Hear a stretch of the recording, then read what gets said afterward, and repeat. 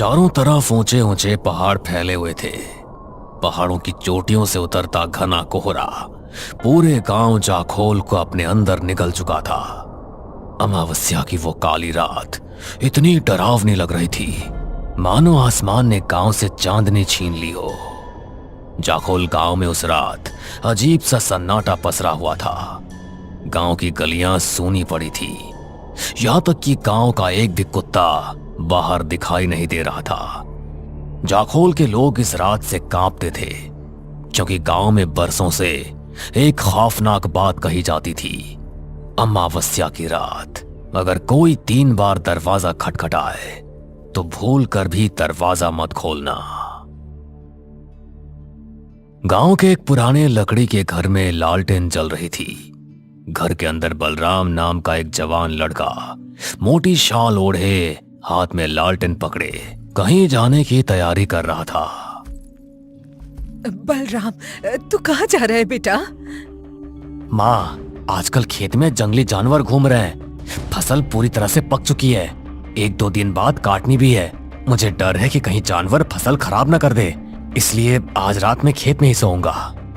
बलराम की बात सुनते ही उसकी माँ के चेहरे का रंग उड़ गया। पागल हो गया है क्या? आज अमावस्या की रात है। तू अच्छी तरह जानता है आज की रात गांव का कोई आदमी घर से बाहर नहीं निकलता।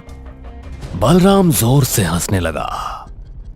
अरे माँ, बचपन से सुनता आ रहा हूँ कि अमावस्या की रात हमारे गांव में कोई चुड़ैल या डायन लंबा घूंघट डालकर घूमती है और वो हर घर में 3 बार दस्तक देती है। जो भी दरवाजा खोल दे वो उसे मार देती है। अब तो मुझे ये कहानी सुनकर हंसी आने लगी है। मुझे तो लगता है गांव में किसी ने जानबूझकर ये डर फैला रखा है। अमावस्या की रात कोई आदमी मजे लेने के लिए घर घर जाकर दस्तक देता होगा और गांव वाले डर जाते होंगे। बलराम अभी अपनी बात पूरी भी नहीं कर पाया था कि तभी ठक ठक ठक अचानक घर की कुंडी खटखटाने की आवाज गूंजी। आवाज सुनते ही बलराम चुप हो गया। उसकी मां की आंखों में डर उतरने लगा। कुछ पल तक घर के अंदर मौत जैसा सन्नाटा छाया रहा। फिर दोबारा ठक ठक ठक। इस बार आवाज पहले से ज्यादा भारी और डरावनी थी। बलराम धीरे धीरे दरवाजे की ओर बढ़ता है। बलराम, दरवाजा खोलने की गलती मत करना। तभी तीसरी बार कुंडी खटखटाई गई। बलराम ने झटके से अपनी मां का हाथ छुड़ाया और तेजी से दरवाजा खोल दिया। बाहर घना कोहरा फैला हुआ था। घर से कुछ दूरी पर एक औरत खड़ी थी। उसने लंबा घूंघट डाल रखा था। उसके पैरों में भारी पायलें थी जो ठंडी हवा के साथ धीमे धीमे चनक रही थी। कौन हो तुम? तभी बलराम के कानों में एक भारी और सड़ी हुई आवाज गूंजी। अगर मेरे पैर देख लेता तो ये सवाल नहीं करता। बलराम की नजर जैसे उसके पैरों पर गई, उसके डर से रोंगटे खड़े हो गए, क्योंकि उस औरत के पैर उल्टे थे। तभी तेज हवा का एक भयानक झोंका उठा। हवा घूंघट वाली स्त्री से टकराई और उसका घूंघट धीरे धीरे ऊपर उठ गया। बलराम की आंखें फटी की फटी रह गई। घूंघट के अंदर एक औरत का भयानक चेहरा था। उसका चेहरा सड़ा हुआ और चौड़ा था। उसकी आंखों की पुतलियां पीली थी। उसके लंबे पीले दांतों से सड़ी हुई दुर्गंध निकल रही थी। उसके नाखून किसी खूंखार जानवर की तरह लंबे और नुकीले थे। बलराम डर कर पीछे हटने लगा, लेकिन अगले ही पल हवा की रफ्तार से उसका शरीर खुद ब खुद उस घूंघट वाली औरत की तरफ खिंच गया और उसने अपना भयानक हाथ बलराम के गले पर रख दिया। बलराम जोर जोर से चीखने लगा। अगले पल उस औरत ने बलराम को लगभग 10 फीट हवा में ऊपर उछाल दिया। बलराम जोर से जमीन पर गिरा। धड़ा! गिरते उसके हाथ पैर बुरी तरह टेढ़े हो गए। उसका शरीर दर्द से तड़पने लगा। अगली सुबह पूरे गांव में दहशत फैल चुकी थी। गांव के चौराहे पर बलराम की लाश पड़ी थी। गांव के लोग दूर खड़े कांपती हुई नजरों से उसकी लाश को देख रहे थे। बलराम की मां अपने बेटे की लाश से लिपटकर फूट फूट कर रो रही थी।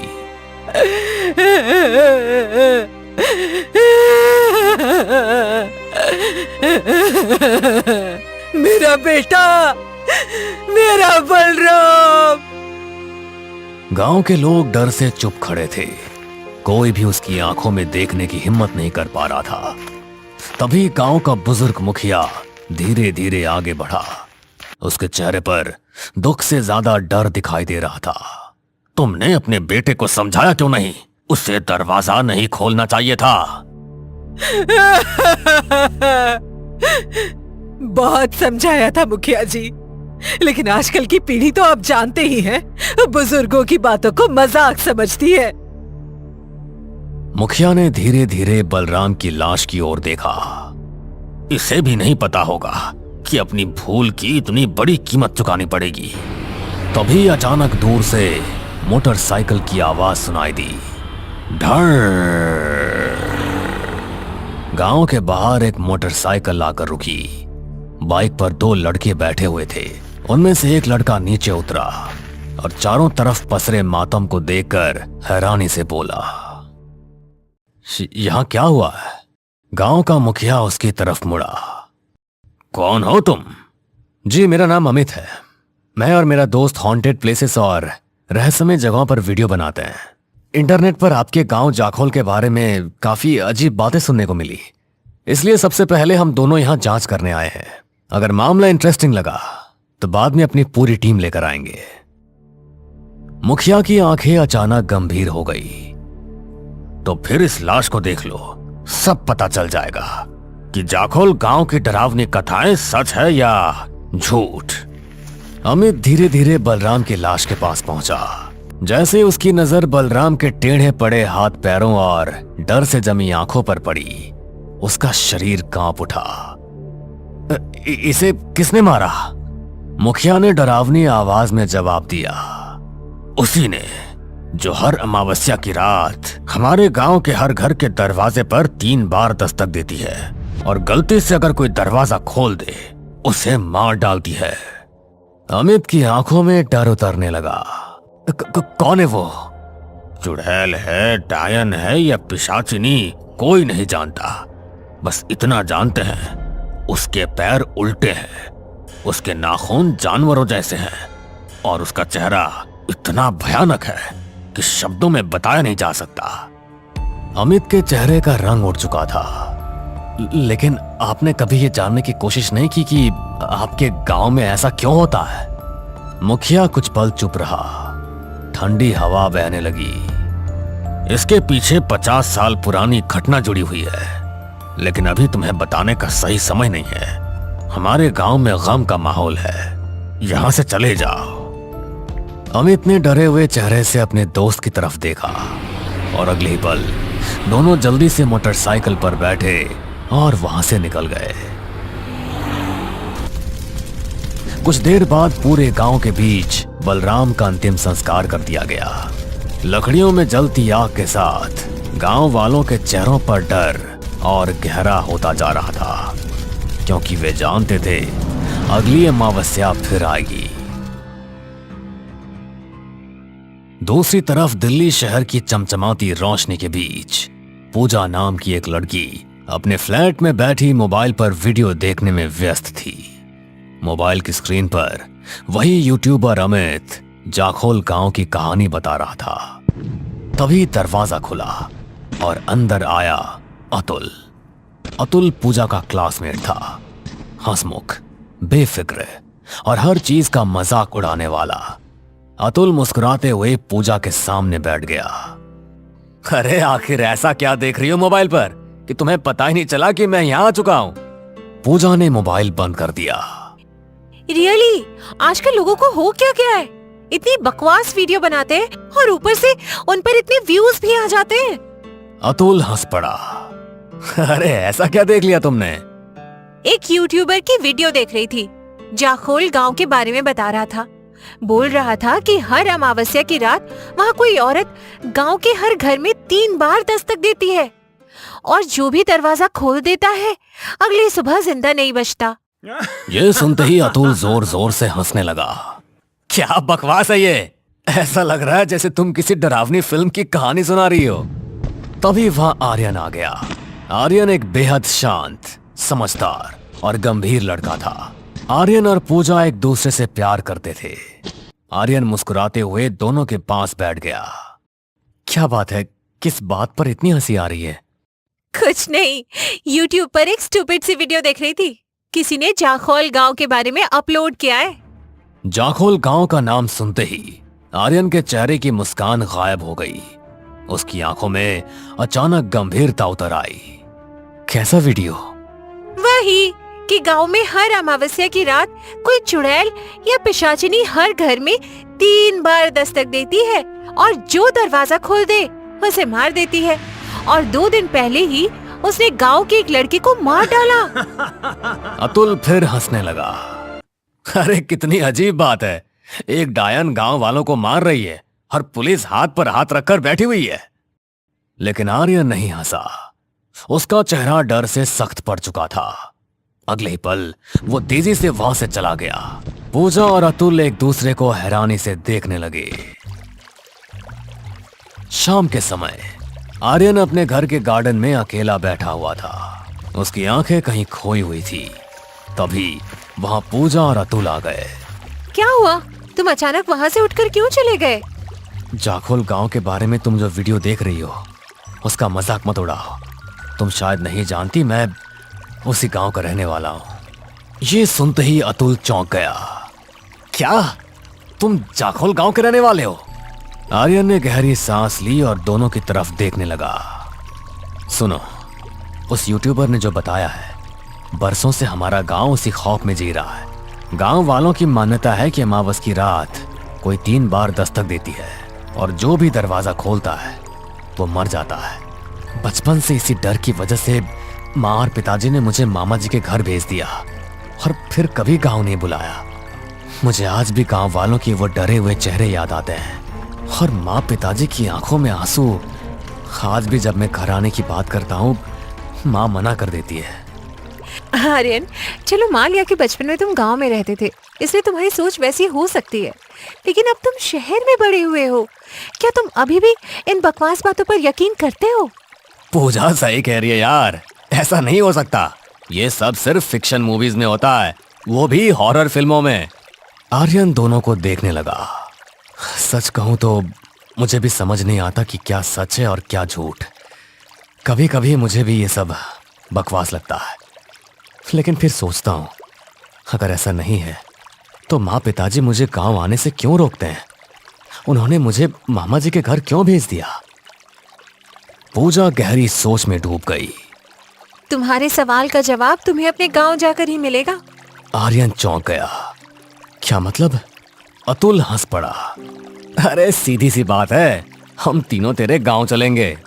लेकिन मैंने अभी बताया ना, माँ हमेशा मुझे गांव आने से मना करती है। पूजा मुस्कुराई। हाँ, तुम हमेशा उनकी बात मान लेते हो। देखो आर्यन, अगर तुम्हारा मुझसे शादी करने का मूड नहीं है तो साफ साफ बता दो। आर्यन चौंक गया। इसमें हमारी शादी की बात कहाँ से आ गई? बिल्कुल आ गई। तुम कहाँ के रहने वाले हो मुझे पता होना चाहिए। तुम्हारा गांव कैसा है ये भी मुझे पता होना चाहिए। और क्या तुम अपने माँ पिताजी से मुझे मिलवाओगे या शादी में उन्हें बुलाने का कोई प्लान ही नहीं है? अतुल हंस पड़ा। अरे छुट्टियां होने वाली है और मैंने सुना है जाखोल एक पहाड़ी इलाका है। वहाँ बड़े बड़े पहाड़ और हरियाली है, किसी हिल स्टेशन से कम नहीं होगा। आर्यन उन्हें मना करना चाहता था, लेकिन आखिरकार उसे दोनों की बात माननी ही पड़ी। अगले दिन तीनों ट्रेन में बैठकर जाखोल गांव के लिए निकल पड़े। शाम होते होते ट्रेन पहाड़ी इलाकों में पहुंच चुकी थी। ट्रेन घने कोहरे को चीरती हुई धीरे धीरे आगे बढ़ रही थी। खिड़की के बाहर दूर दूर तक फैले देवदार के पेड़ दिखाई दे रहे थे। पहाड़ों से उतरती ठंडी हवा माहौल को और रहस्यमय बना रही थी। हल्का हल्का कोहरा पटरियों के ऊपर तैर रहा था। यार ये जगह तो बहुत खूबसूरत है, यहाँ तो रहने में मजा ही आ जाएगा। अब देखना होगा आर्यन का गांव और उसका घर कैसा होगा। आर्यन हल्का सा मुस्कुराया। स्टेशन से घर ज्यादा दूर नहीं है, हम लोग पैदल ही चलेंगे। तीनों धीरे धीरे गांव की तरफ बढ़ने लगे। रास्ते के दोनों तरफ घने देवदार के पेड़ खड़े थे। पहाड़ों के बीच से गुजरती पतली सड़क पर हल्का हल्का कोहरा फैला हुआ था। दूर पहाड़ों से आती ठंडी हवा शरीर में सिहरन पैदा कर रही थी। पूजा और अतुल आसपास की खूबसूरती को देखकर खुश हो रहे थे। कुछ देर बाद तीनों आर्यन के घर पहुंच गए। आर्यन ने धीरे से दरवाजे की कुंडी खटखटाई। दरवाजा खुला। सामने आर्यन की मां खड़ी थी, लेकिन बेटे को देखकर उनकी आंखों में खुशी नहीं, एक अजीब सी दहशत थी। आर्यन! तभी चारपाई पर बैठे उसके पिता की नजर भी आर्यन पर पड़ी। तुम्हें यहां नहीं आना चाहिए था। ये सुनते ही आर्यन उदास हो गया। मुझे लगा था बरसों बाद घर लौटूंगा तो आप दोनों मुझे देखकर खुश होंगे, लेकिन यहाँ तो आप दोनों के चेहरे उतर गए। माँ, ये पूजा है और ये मेरा दोस्त अतुल। पूजा ने महसूस किया कि आर्यन के माँ पिताजी बहुत ही डरे हुए थे, लेकिन उसने उस समय कुछ भी नहीं कहा। तुम लोग सफर से थक गए होंगे, हाथ मुंह धो लो, मैं खाना लगाती हूँ। कुछ देर बाद सब लोग साथ बैठकर खाना खाने लगे। पहाड़ी खाने की खुशबू पूरे घर में फैली हुई थी।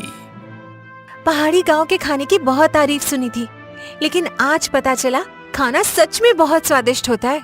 तभी आर्यन हल्के से पूजा की तरफ देखकर मुस्कुराया। पूजा, आहिस्ता बोलो, मत भूलो कि तुम इस घर की होने वाली बहू हो। कहीं ऐसा ना हो कि माँ शादी से इनकार कर दे। पूजा हल्का सा मुस्कुरा दी।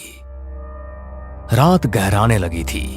बाहर पहाड़ों पर फिर कोहरा उतरने लगा था। तभी आर्यन अपनी माँ के पास आया।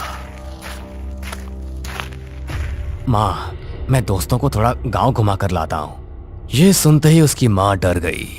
पागल हो गए हो क्या? कहीं जाने की जरूरत नहीं है। सुबह का इंतजार करो, रात में बाहर मत निकलो, और कल रात बाहर निकलने की सोचो भी मत। पर क्यों? क्योंकि कल अमावस्या की रात है।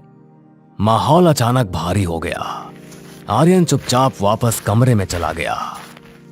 अरे यार, सोचा था गांव की ठंडी रात और हवा एंजॉय करेंगे, लेकिन यहाँ तो सब डरे हुए हैं। अगली सुबह आर्यन अपने दोस्तों को गांव घुमाने ले गया। पहाड़ों के बीच बसा जाखोल दिन में बेहद खूबसूरत दिखाई देता था। घने देवदार के पेड़, हल्का हल्का कोहरा और पहाड़ों से उतरती ठंडी हवाएं पूरे माहौल को जादुई बना रही थी। लेकिन इस खूबसूरती के पीछे एक अजीब सा डर छुपा हुआ था। गांव वाले तीनों को अजीब नजरों से देख रहे थे। उनकी आंखों में साफ डर दिखाई दे रहा था। शाम होते ही आर्यन की मां जल्दी जल्दी घर की कुंडी बंद करने लगी। मां, आपने दरवाजा इतनी जल्दी क्यों बंद कर दिया? चुपचाप रहो, कोई सवाल मत करो। बलराम ने भी अपनी माँ की बात नहीं मानी थी और मारा गया। मेरी बात ध्यान से सुनो। कल सुबह अपने दोस्तों को लेकर शहर वापस चले जाना और फिर कभी यहाँ मत आना। इतना कहकर वो वहां से चली गई। अतुल आर्यन की तरफ देखने लगा, लेकिन उसने कुछ भी नहीं कहा। रात गहरा चुकी थी। बाहर कोहरा और सन्नाटा पहले से ज्यादा डरावना हो चुका था। घर के अंदर तीनों बैठे बातें कर रहे थे। तभी ठक ठक ठक, अचानक दरवाजे पर दस्तक हुई।